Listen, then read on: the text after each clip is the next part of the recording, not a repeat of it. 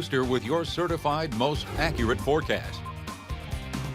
All right, well, we are not quite done with those storms just yet. Good news is, though, we're on the tail end of them. We will see a few of those lingering into your evening, maybe into tonight for a few folks. Temperature-wise, we're going to stay pretty cool through tomorrow, but then the second half of our week, we're going to start to dry out and we're going to start to warm up, and that's some good news if you're headed out to Labor Day liftoff as we get into the weekend. But we're going to talk about these showers and storms first. We talked about just a few minutes ago, we've got most of these to the west of the I-25 corridor at this point. They're going to continue to push across within the next few hours or so. So this is by about 5:30, getting across possibly towards the Pueblo area. We did just see one of those getting started to the west there. So keeping an eye on that as we get into tonight. I think after about 9 o'clock along I-25, we're pretty much done there, but those lingering a little bit longer out east, that's through about midnight. So maybe a few rumbles of thunder off onto the plains through tonight. But as a whole, things will start to get a little quieter and we'll continue to see those temperatures getting a lot cooler. So tomorrow morning, maybe do have the jackets handy. A lot more of us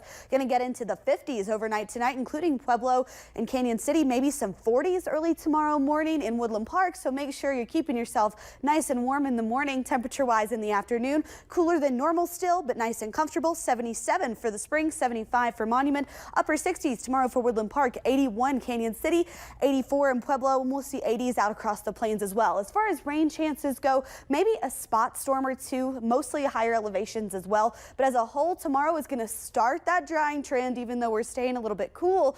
But then the temperatures get a lot warmer. We're looking to get back into those 80s. We should be right around 82 degrees for this time of the year. So as we're getting towards Labor Day weekend, Labor Day liftoff right now, forecast is looking really good. Temperature is going to be nice and comfortable, maybe even on the warm side for some folks, but we look dry, and that's really the big thing here. That's what matters, right? So maybe a spot storm or two by tomorrow, but I think most folks do manage to stay dry.